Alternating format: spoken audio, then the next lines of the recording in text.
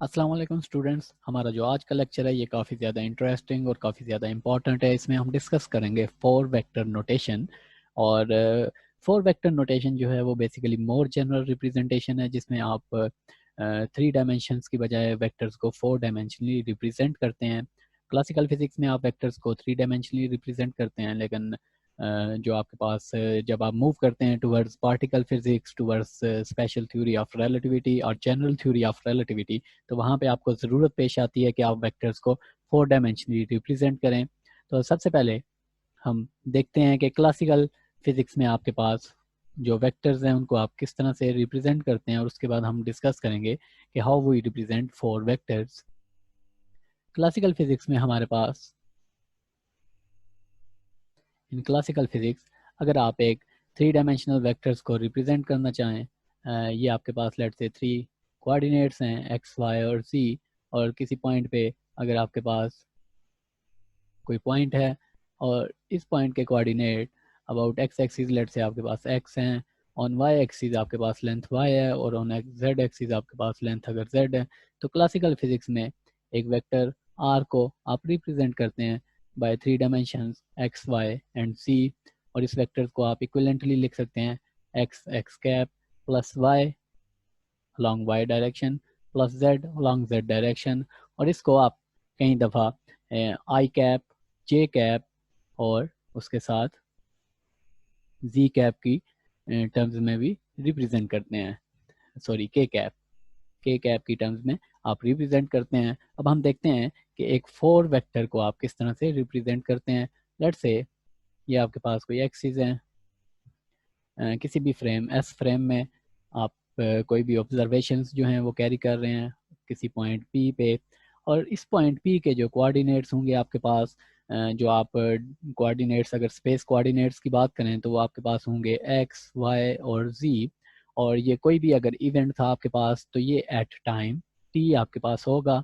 अगर आप टाइम को स्पेस डायमेंशंस के साथ मैच करना चाहते हैं तो आपको इसको with velocity something like velocity आपको इसके साथ मल्टीप्लाई करना पड़ेगा कोई फैक्टर विच इज सी। और एक्स वाई और जी के जो आपके पास डायमेंशंस हैं वो लेंथ के डायमेंशंस हैं। और अगर हम वेलोसिटी इनटू टाइम के डायमेंशंस चेक करें, वेलोसिटी के डायमेंशंस आपके पास लेंथ पर टाइम के होते हैं और टाइम के डायमेंशंस आपके पास टाइम के होते हैं, तो ये आपके पास अगेन लेंथ के डायमेंशंस आ जाएंगे। इसलिए हमें टाइम के साथ सी को मल्टीप्लाई करने की ज़रूरत पेश आई है यहाँ पे। तो स्पेस और टाइम को आप इकट्ठे एक ही वेक्टर की फॉर्म में लिख सकते हैं, यानी कि टाइम को आप as a fourth dimension consider कर सकते हैं। तो स्पेस टाइम फोर वेक्टर इस केस में हम रिप्रेजेंट करते होते हैं can be represented by x mu। Okay, x mu से आप रिप्रेजेंट करते होते हैं, और म्यू की जो यहाँ पे वैल्यूज हैं वो हैं आपके पास 0 1 2 एंड 3। म्यू की फोर वैल्यूज हैं starting from 0 up to 3, 0 1 2 and 3। और एक्स म्यू को हम डिफाइन करते होते हैं X mu equals to X power 0, X power 1, X power 2 and X power 3। Okay, यहाँ पे जो 1 2 और 3x की पावर्स में अपीयर हो रहे हैं ये बेसिकली क्यूब या स्केयर नहीं है। This is not square, this is not square and this is not cube, this is not cube. Basically ये म्यू जो है आप इससे डायमेंशंस को एक नंबर दे रहे हैं कि ये फर्स्ट डायमेंशन है, ये सेकंड, ये थर्ड, ये जीरोथ डायमेंशन है, और ये स्केयर को या क्यूब को रिप्रेजेंट नहीं कर रहा। यहाँ पे एक्स जीरो जो होगी आपके पास, जो फर्स्ट जीरोथ डायमेंशन है आपके पास, इसको आप सी टी कहेंगे, X zero equal to C T. और एक्स वन से मुराद जो आपके पास नॉर्मल एक्स एक्सिस होता है, x2 आपके पास y एक्सिस, और x3 आपके पास z एक्सिस होगा। कुछ बुक्स में आप एक नोटेशन देखेंगे कि सम बुक्स में जो नोटेशन फॉलो की जाती है वो म्यू को 1 2 3 और 4 लेते हैं, और फोर्थ जो डायमेंशन है वो इसको टाइम डायमेंशन कंसिडर करते हैं, लेकिन मोर जनरली मैक्सिमम बुक्स में आप यही नोटेशन जो है 0 1 2 3 की नोटेशन जो है वो देखेंगे, और जीरोथ डायमेंशन जो होगी, जो x0 होगा, वो आपके पास टाइम डायमेंशन होगी। ओके, तो इसके बाद हम मज़ीद डिस्कशन अपनी जारी रखते हैं on x mu. X mu को बेसिकली कॉन्ट्रावेरिएंट वेक्टर कहा जाता है। इट इज़ नॉन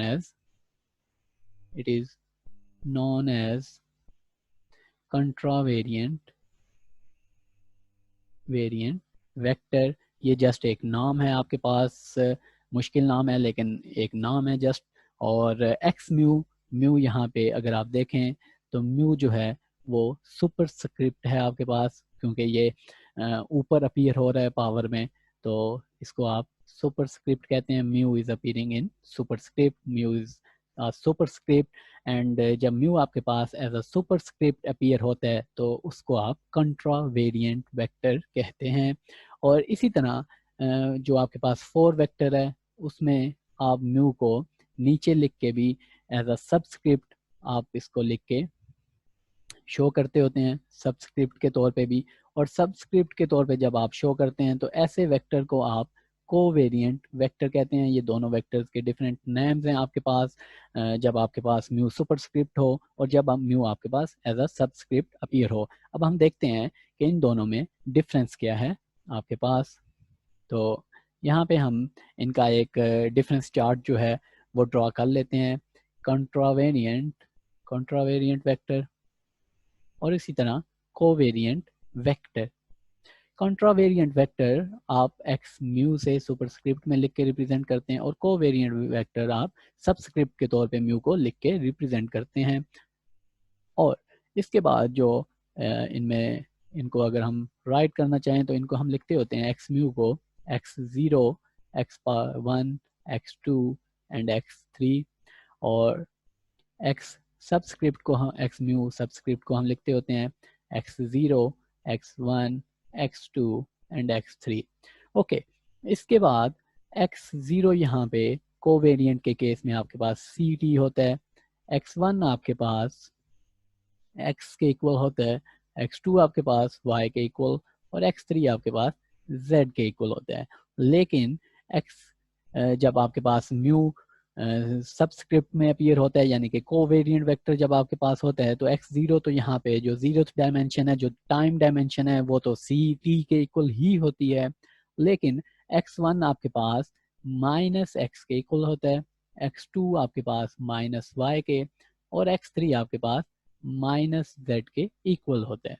ओके, तो यहाँ से अगर आप देखें तो x1 को हम एज माइनस x कंट्रावेरिएंट भी लिख सकते हैं। ठीक है, x कोवेरिएंट यहाँ पे जो आपके पास कोवेरिएंट x1 है, इसको आप as a minus of x contravariant भी लिख सकते हैं। इसी तरह x2 को आप माइनस x2 लिख सकते हैं, और x3 को माइनस x3 लिख सकते हैं, क्योंकि अगर यहाँ पे x की वैल्यू आप पुट करें, x की वैल्यू यहाँ से आप x1 पुट कर सकते हैं, और इसी तरह x2 और x3, इस तरह से ये कंट्रावेरिएंट वेक्टर्स और कोवेरिएंट वेक्टर्स जो हैं ये आपस में रिलेटेबल हैं। ओके, उसके बाद हम डिस्कस करते हैं, लेट्स से हम एक डॉट प्रोडक्ट जो है वो फाइंड करते हैं पोजीशन वेक्टर की। ये हमारे पास जो 4 वेक्टर था x म्यू, लेट्स से इसको हम फाइंड करते हैं। x जो आपके पास कंट्रावेरिएंट है, जो फर्स्ट वेक्टर हमने यहाँ पे लिखा है, वो आपके पास इक्वल टू होता है ct x y and z। और इसी तरह जो आपके पास कोवेरिएंट वेक्टर है वो आपके पास इक्वल टू होता है minus x minus y minus z. Okay, तो ये क्योंकि डॉट प्रोडक्ट है, जो आपके पास जीरोथ डायमेंशन है वो जीरोथ डायमेंशन के साथ ही मल्टीप्लाई होगी, जो आपके पास फर्स्ट डायमेंशन है वो फर्स्ट के साथ, जो आपके पास सेकंड डायमेंशन है वो सेकंड के साथ, और जो आपके पास थर्ड डायमेंशन है वो थर्ड डायमेंशन के साथ मल्टीप्लाई होगी। तो इस केस में आपको मिलेगा c square t square minus x square minus y square minus z square. यहाँ पे आप माइनस को कॉमन ले सकते हैं, और जब आप माइनस कॉमन लेंगे तो आपके पास आंसर आएगा आप इस फॉर्म में इसको रिप्रेजेंट कर सकते हैं और ये फाइनली आपके पास बन जाएगा minus x dot x. Okay, तो बेसिकली ये आपके पास जो यहाँ पे ये टर्म जो आपके पास आ रही है ये आपके पास 3 वेक्टर्स के डॉट प्रोडक्ट का आंसर है। यानी कि अगर हम 3 डायमेंशनल वेक्टर को x जो कि बेसिकली r वेक्टर के इक्वल होता है, इसको अगर हम रिप्रेजेंट करें बाय x y z, तो x डॉट विद इटसेल्फ जो आपके पास आंसर आता है वो आता है x square plus y square plus z square. तो 4 वेक्टर्स की जो आपके पास डॉट प्रोडक्ट आई है कंट्रावेरिएंट मल्टीप्लाइड बाय कोवेरिएंट, वो आपके पास आया है c square t square minus dot product of 3 vectors. Okay, इसके बाद अब हम देखते हैं कि 4 वेक्टर नोटेशन को हम किस तरह से यूज़ कर सकते हैं लॉरेंट्ज ट्रांसफॉर्मेशंस को जनरलाइज करने के लिए। तो नेक्स्ट टॉपिक है हमारे पास लॉरेंट्ज ट्रांसफॉर्मेशन, और इनको हम 4 वेक्टर नोटेशन में लिखने की कोशिश करेंगे और एक कम्पैक्ट फॉर्म, एक मोर जनरल फॉर्म में हम इन इक्वेशंस को लिखेंगे। ओके, सबसे पहले हम कंसिडर करते हैं 2 फ्रेम्स, क्योंकि लॉरेंट्ज ट्रांसफॉर्मेशंस रिलेट करती हैं observations and measurements from 2 different frames. तो यहाँ पे सबसे पहले हमें 2 डिफरेंट फ्रेम कंसिडर करने पड़ेंगे। Consider 2 frames S and S prime. Okay, तो सबसे पहले हमारे पास एक फ्रेम है S फ्रेम, और इसी तरह हमारे पास एक और फ्रेम है S प्राइम फ्रेम। और S प्राइम फ्रेम आपके पास मूव कर रहा है with some velocity v along x axis along horizontal axis. और यहाँ पे लेट से कोई इवेंट आपके पास किसी पॉइंट P पे कोई इवेंट होता है, और इस इवेंट के जो कोऑर्डिनेट्स आपके पास होंगे फ्रॉम S फ्रेम, वो कोऑर्डिनेट्स आपके पास होंगे ct, x, y and z। लेकिन इसी फ्रेम के जो कोऑर्डिनेट्स S प्राइम फ्रेम से आपके पास होंगे, जो ऑब्जर्वर S प्राइम फ्रेम से इस इवेंट को at the location P observe करेगा, उसके कोऑर्डिनेट्स होंगे सी टी प्राइम, ये उसकी मेजरमेंट्स होंगी from S prime frame. Okay, उसके बाद हम यहाँ पे रिप्रेजेंट करते हैं कि S फ्रेम के केस में जो आपके पास कॉन्ट्रावेरिएंट वेक्टर है वो इक्वल्स टू होगा x0, x1, x2 and x3। Okay, और जो आपके पास यहाँ से कोवेरिएंट वेक्टर होगा वो इक्वल्स टू होगा x0, x1, x2 and x3। और इसी तरह जो S प्राइम फ्रेम में आपके पास कंट्रावेरिएंट वेक्टर x म्यू प्राइम आपके पास होगा, वो आपके पास इक्वल्स टू होगा x0 prime into x1 prime and x2 prime x3 prime. और इसी तरह जो कोवेरिएंट वेक्टर होगा वो आपके पास इक्वल्स टू होगा x0 prime, x1 prime, x2 prime and x3 prime. तो ये जो नोटेशंस हैं ये 4 वेक्टर नोटेशन हमने यहाँ पे राइट कर लिया है from S frame and when it is measured from S prime frame. उसके बाद हम रिकॉल करते हैं लॉरेंट्ज ट्रांसफॉर्मेशन को, और इस पे हमारा एक लेक्चर जो है वो तफसील से अवेलेबल है इसी लेक्चर सीरीज में। तो रिकॉल लॉरेंट्ज ट्रांसफॉर्मेशंस, जो हमने लॉरेंट्ज ट्रांसफॉर्मेशंस डिराइव की थी, तो यहाँ पे हमारे पास लॉरेंट्ज ट्रांसफॉर्मेशंस थी x prime equals to gamma times x minus vt, where v is the velocity of frame, and t prime equals to gamma times t minus v divided by c square into x, y prime equals to y and z prime equals to z। क्योंकि motion आपके पास along the horizontal axis जब हो, यानी कि S prime frame along horizontal axis जब आपके पास move कर रहा हो, तो ये लॉरेंट्ज ट्रांसफॉर्मेशंस आपके पास आती हैं। इन लॉरेंट्ज ट्रांसफॉर्मेशन के साथ हम थोड़ा सा प्ले करते हैं और इनको एक और फॉर्म में लिखने की कोशिश करते हैं। ये इक्वेशन हम इक्वलेंटली लिख सकते हैं। एक्स प्राइम की जो इक्वेशन है हमारे पास, इसको मैं लिख सकता हूँ gamma into X minus V divided by C into C T. यहाँ पे मैंने जस्ट वी को और t को जो हमारे पास टर्म थी उसको मल्टीप्लाई और डिवाइड कर दिया है बाय c, और जो हमारे पास टाइम इक्वेशन है इसको हम लिख सकते हैं t prime equals to gamma time. यहाँ पे अगर मैं c कॉमन ले लूँ तो मेरे पास यहाँ पे बच जाएगा C T minus V divided by C into X, और ये दोनों इक्वेशंस एज इट इज़ आ जाएंगी हमारे पास y prime equals to y prime and z prime equals to z। Okay, यहाँ पे हम सपोज करते हैं कि v और c को हम रिप्रेजेंट कर सकते हैं बाय बीटा, क्योंकि ये आपके पास एक डायमेंशनलेस क्वांटिटी है। वेलोसिटी डिवाइडेड बाय वेलोसिटी आपके पास एक डायमेंशनलेस टर्म बनती है, और इसको हम बाय बीटा रिप्रेजेंट कर देते हैं। तो लॉरेंस ट्रांसफॉर्मेशन हमारे पास आ जाएंगी इस केस में C T prime equals to gamma times C T minus beta X, and then x prime equals to gamma times x minus beta into ct, y prime equals to y and z prime equals to z। Okay, तो ये हमारे पास Lawrence transformations आ गई हैं in terms of beta. Just हमने इनको in terms of beta लिखा है और इन टर्म्स ऑफ बीटा। और लेट्स से इस इक्वेशन सेट को, क्योंकि इस सेट में हमारे पास 4 इक्वेशंस हैं, तो इसको हम इक्वेशन सेट ए कह लेते हैं। उसके बाद हमारे पास जो डेफिनेशंस थी कंट्रावेरिएंट वेक्टर्स की और कोवेरिएंट वेक्टर्स की, वहाँ पे हमने देखा था कि जो x 0 है हमारे पास, जो कंट्रावेरिएंट 0 है हमारे पास, उसको हम सी टी प्राइम लिख सकते हैं, और x जो हमारे पास है उसको हम x1 लिख सकते हैं, x पावर 1। और इसी तरह y जो है हमारे पास उसको आप x पावर 2 लिख सकते हैं। सिमिलरली x3 जो है थर्ड डायमेंशन जो है उस z को आप x3 लिख सकते हैं। अगर हम ये सारी टर्मिनोलॉजीज यूज़ करें यहाँ पे, तो इस इक्वेशन सेट ए को हम इक्वलेंटली लिख सकते हैं।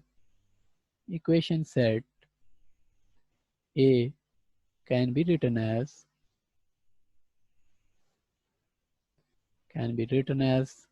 यहाँ पे जो हम टर्मिनोलॉजी यूज़ कर रहे हैं वो कंट्रावेरिएंट और कोवेरिएंट वेक्टर्स की डेफिनेशंस यूज़ कर रहे हैं जो हमने यहाँ पे मेंशन की थी।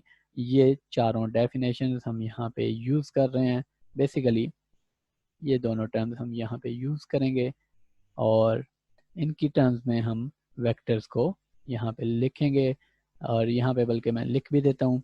x जो हमारे पास 0 है वो इक्वल्स टू सी टी है, x1 हमारे पास इक्वल्स टू x है, x2 हमारे पास इक्वल्स टू y, और x3 हमारे पास इक्वल्स टू z है। और इसी तरह हमारे पास x0 prime equals to C T prime है, x1 प्राइम हमारे पास इक्वल्स टू x प्राइम है, x2 प्राइम हमारे पास इक्वल्स टू x2 है, और x3 प्राइम हमारे पास इक्वल्स टू z प्राइम है। इसको हमारे पास x2 प्राइम y प्राइम था, और x1 प्राइम हमारे पास इक्वल्स टू x प्राइम था। ओके, फर्स्ट डायमेंशन जो है वो x है, सेकंड जो है वो y है, और थर्ड जो है वो z है हमारे पास। और प्राइम इक्वलेंटली प्राइम अब यहाँ पे अपीयर होते रहेंगे, और इन इक्वेशंस को हम लिख सकते हैं। जो इक्वेशन सेट ए था उसको आप लिख सकते हैं x0 prime equals to gamma time x0 minus beta into x1, और इसी तरह x, ये हमारे पास जो टाइम इक्वेशन थी उसको हमने, टाइम ट्रांसफॉर्मेशन को हमने लिख दिया है, और उसके बाद x ट्रांसफॉर्मेशन जो थी हमारे पास उसको हम लिख सकते हैं x1 prime equals to gamma times x1 minus beta into x0, और जो y ट्रांसफॉर्मेशन थी हमारे पास उसको हम लिख सकते हैं, जो y है आपके पास वो सेकंड आपके पास डायमेंशन बनती है यहाँ पे, तो x2 prime equals to x2, और जो z थी हमारे पास वो हमारे पास थर्ड डायमेंशन थी, तो x3 prime equals to x3। तो ये हमारे पास इक्वेशन सेट ए आ गया है। इसी इक्वेशन सेट ए को हम मैट्रिक्स फॉर्म में लिख सकते हैं। और लेट्स से इसको हम इक्वेशन सेट 2 कह लेते हैं और इसको हम मैट्रिक्स फॉर्म में लिखने की कोशिश करते हैं। इक्वेशन सेट 2 को equation set 2 can be written in matrix form as, इसको मैट्रिक्स फॉर्म में अगर हम इक्वेशन सेट 2 को लिखने की कोशिश करें तो बेसिकली ये हमारे पास 4 इक्वेशंस हैं, तो ये हमारे पास 4 into 1 इक्वेशंस बनेंगी। 4 into 1 रैंक की मैट्रिक्स हमारे पास आएंगी। तो x0 prime, x1 prime, x2 prime and x3 prime equals to some factor, some matrix multiplied by observations from S frame which are x0, x1, x2 and x3। और ये जो हमारे पास unknown matrix है जो gamma और beta के factors carry करेगी, ये मैट्रिक्स है हमारे पास gamma minus gamma beta into 0 0।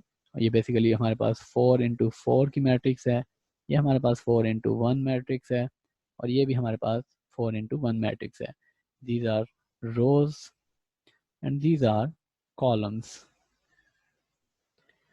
Okay, तो ये मैट्रिक्स हमारे पास आ जाएगी minus gamma beta, gamma 0 0 0 0 1 0 0 0 0 and 1।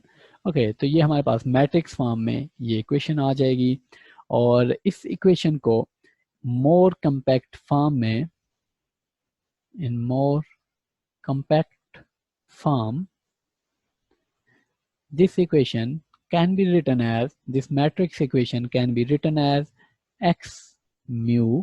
ये यहाँ पे म्यू बेसिकली आपके पास अपीयर हो रहा है इस इक्वेशन में। अगर आप देखें तो 0 1 2 और 3 ये बेसिकली म्यू की वैल्यू हैं और इन सारों के ऊपर आपके पास प्राइम है, तो prime equals to summation over nu equals to, इसको आप न्यू लिखेंगे, इक्वल्स टू 0।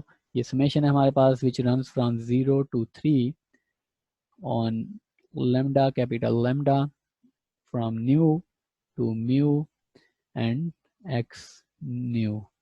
ओके, इस इक्वेशन को हम अंडरस्टैंड करने की कोशिश करते हैं कि ये इक्वेशन बेसिकली हमें क्या बता रही है, ये इक्वेशन कैसे इस इक्वेशन के साथ रिलेटेबल है।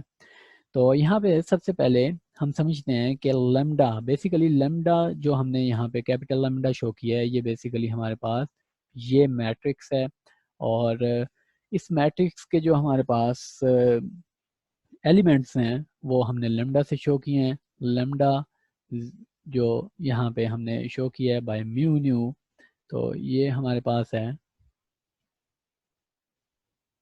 Mu new. बेसिकली ये इंडेक्स जो म्यू का इंडेक्स है आपके पास ये रो को शो कर रहा है और न्यू का जो इंडेक्स है आपके पास ये कॉलम को शो कर रहा है। हमारे पास ये जो मैट्रिक्स थी लैम्डा मैट्रिक्स जिसके एलिमेंट्स थे हमारे पास minus gamma beta 0 0 minus gamma beta gamma into 0 0 0 0 1 1 0 0। Okay, तो ये अगर आप ये फर्स्ट एलिमेंट देखें तो फर्स्ट एलिमेंट हमारे पास बनता है, फर्स्ट एलिमेंट के लिए आपके पास रो इंडेक्स भी 0 है और कॉलम इंडेक्स भी 0 है। इसी तरह अगर आप इस एलिमेंट को देखें तो ये एलिमेंट आपके पास हमने 0 से स्टार्ट किया है, ये आपके पास 0th रो है, ये आपके पास फर्स्ट रो, सेकंड रो और थर्ड रो। तो इस एलिमेंट को अगर आप देखें तो ये हमारे पास थर्ड रो में है तो रो इंडेक्स 3 होगा और 0th कॉलम में है, ये हमारे पास कॉलम एलिमेंट्स हैं 0 1 2 3। तो इस तरह से हमारे पास कॉलम्स हैं और ये हमारे पास रोज हैं। ओके, ये रोज को हमने मेंशन किया है और ये हमने कॉलम्स को मेंशन किया है। तो ये एलिमेंट जो हमारे पास होगा ये हमारे पास थर्ड रो में है और 0th कॉलम में है, तो इसको आप 3 0 लिख सकते हैं। इसी तरह अगर मैं इसको मोर जनरली इस मैट्रिक्स को रिप्रेजेंट करूं तो 0 0 जो एलिमेंट है ये इक्वल्स टू है 1 1 एलिमेंट के, यानी कि ये हमारे पास 0 0 और 1 1 दोनों एलिमेंट्स हैं और ये दोनों हमारे पास गैमा के इक्वल हैं। और इसी तरह जो हमारे पास 1 0 एलिमेंट है ये 0 1 के इक्वल है, ये दोनों जो एलिमेंट्स हमारे पास बनते हैं, और ये दोनों माइनस गैमा बीटा के इक्वल हैं। इसी तरह जो एलिमेंट्स हैं हमारे पास सेकंड रो सेकंड कॉलम में, थर्ड रो और थर्ड कॉलम में, ये दोनों एलिमेंट्स हैं हमारे पास 1 के इक्वल, ये वाले दोनों एलिमेंट्स, और बाकी जो एलिमेंट्स हैं हमारे पास वो 0 के इक्वल हैं and rest elements are 0। Okay, तो उसके बाद ये बेसिकली हमने लेमडा से इस इक्वेशन को शो किया है। अब हम देखते हैं कि कैसे ये इक्वेशन म्यू प्राइम उस मैट्रिक्स इक्वेशंस को शो कर रही है।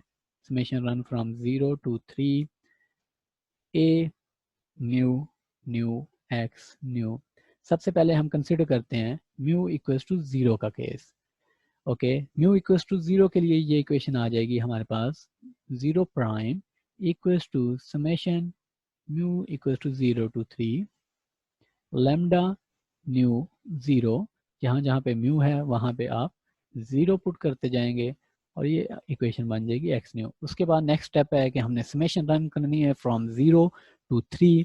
तो जब हम समेशन रन करेंगे फ्रॉम 0 to 3 तो ये इक्वेशन बनती जाएगी 0 0 प्लस 0 1, न्यू की जगह हम 1 1 2 2 और 3 3 लिखते जाएंगे। 0 2 x2 प्लस 0 3 3। ओके, तो यहाँ से अगर आप देखें तो x0 प्राइम आपके पास इक्वल टू आ जाएगा a00 की हमारे पास वैल्यू थी गैमा, a01 की वैल्यू थी हमारे पास equal to minus gamma beta x1 plus a02 की जो हमारे पास वैल्यू थी और a03 की जो हमारे पास वैल्यू थी वो जीरोस के इक्वल हैं। तो ये टर्म्स हमारे पास आ जाएंगी गैमा, और गैमा हम यहाँ से इस इक्वेशन से कॉमन ले सकते हैं और ये हमारे पास बन जाएगा minus beta x1 x0 prime equals to this.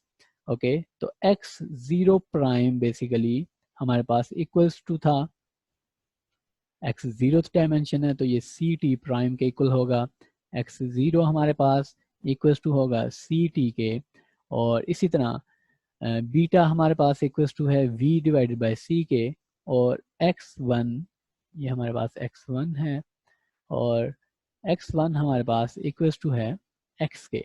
तो ये इक्वेशन हमारे पास बन जाएगी अगर हम ये सारी वैल्यूज इस इक्वेशन में पुट करें तो C T prime equals to gamma into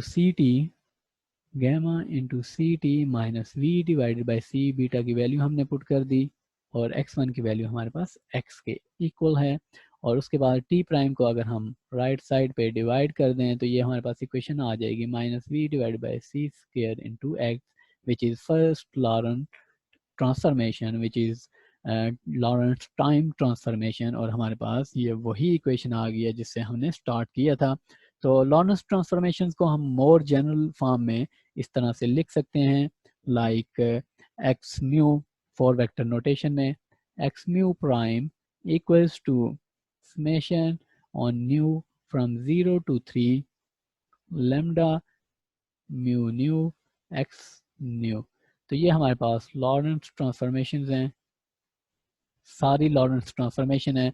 हमने यहाँ पे म्यू इक्वल्स टू 0 का केस कंसिडर किया था।